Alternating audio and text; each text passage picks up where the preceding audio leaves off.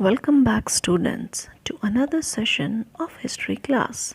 Today, we are going to learn about the new faith that was born in the Arabia, that is, Islam, which spread across a major part of Asia and then to the world.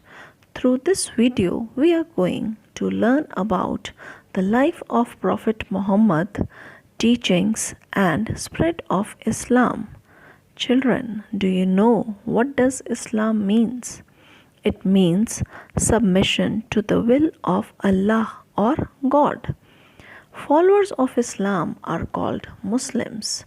This faith was founded by Prophet Muhammad. Children, do you know what does prophet means? It means the person who is believed to have an extraordinary power or is messenger of God. Students, now let's study about the founder of Islam, that is Prophet Muhammad. Prophet Muhammad was born in 570 CE. Orphaned at an early age, he was brought up first by his grandfather and later by his uncle, who was an influential merchant. Muhammad lived a humble life and helped his uncle in business. Muhammad had to travel far and wide for trading purposes. Gradually, he lost interest in trade and turned towards spiritualism, revelation. It is said that at the age of 40, Muhammad experienced the first revelation. He had withdrawn himself in a cave in Mount Hira near Mecca for meditation and prayers when angel Gabriel appeared to him and made him aware of his prophetic status. Since then, Muhammad continued to receive revelations and declared himself to be the messenger of Allah, the Supreme Being. The revelations stated that Allah had assigned Muhammad with the task of spreading message. Hijrah. After the death of his uncle, Muhammad was forced to move out of Mecca.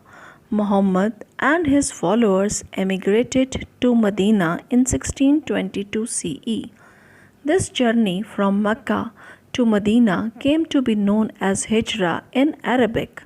This marked the beginning of Islamic era and the Islamic calendar came to be known as Hijri. Within 10 years, Muhammad had gained a considerable number of followers. He was soon able to conquer Mecca. Muhammad passed away in 1632 CE. By then, almost the whole of the Arabian Peninsula had been converted to Islam. Mecca and Medina became important holy places of the Muslims. Teachings of Prophet Muhammad. Prophet Muhammad preached the message of Allah to his followers from time to time. These messages were compiled in a book after his death. This book is called the Quran. It is a holy book of Muslims. It is written in Arabic. It contains the main principles, prayers, and stories of Islam. The Quran states that all Muslims must perform 5 essential duties. These are called the 5 pillars of Islam, which are Shahada, Salat, Zakat, Swam, and Hajj. Shahada, the first pillar is Shahada or the profession of faith. It says that there is no God but Allah and Muhammad is his messenger. Salat. The second pillar, Salat, is the principle that prescribes the 5 daily prayers or namaz to be performed by a Muslim facing Kaaba. Zakat. The third pillar, Zakat, was mentioned as a permanent tax in the Quran. It means that every Muslim must donate a certain amount of their earnings to the poor. Swam. The fourth pillar, Swam, is the ritual of fasting during the month of Ramadan, the 9th month of the Islamic lunar calendar. According to this principle, every Muslim should fast from sunrise to sunset for 1 month. Hajj. The fifth pillar Hajj prescribes that every Muslim, if he can afford it, should join in the annual pilgrimage to Mecca at least once in his lifetime. Besides Quran, Ahadith hold an important place in Islam. They are the teachings of Prophet Muhammad. Ahadith are compiled into different books like Sahih Muslim, Sahih Bukhari, Ibn Majah, and Tirmidhi. The life of Muslims is governed by the teachings of Quran and Ahadith. Ahadith state that all men are created by God, so all are equal. There is a life after death. A person is rewarded with heaven or punished in hell as per his or her deeds. One should keep away from drinking, gambling, eating the flesh of pig, and charging interest on loans. Spread of Islam under caliphs. After Prophet Muhammad, leadership passed to the caliphs or khalifas. Khalif means deputy or successor. They ruled on behalf of Prophet. Abu Bakr, Umar, Usman, and Ali were the first four caliphs. They are called the rightly guided caliphs because they were the close companions of Prophet Muhammad. They ruled between 1632 and 1661 CE. The caliphs conquered a large area. They established an empire. This was called the Caliphate. Islam was declared the state religion.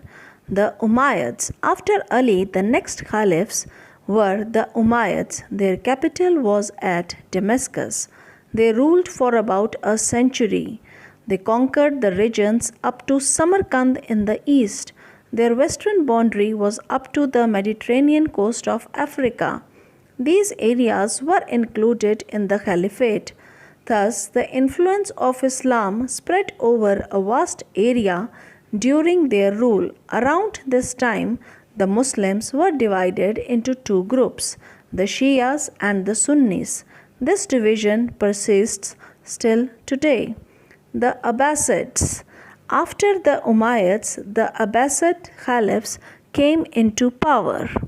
They shifted their capital of Caliphate to Baghdad.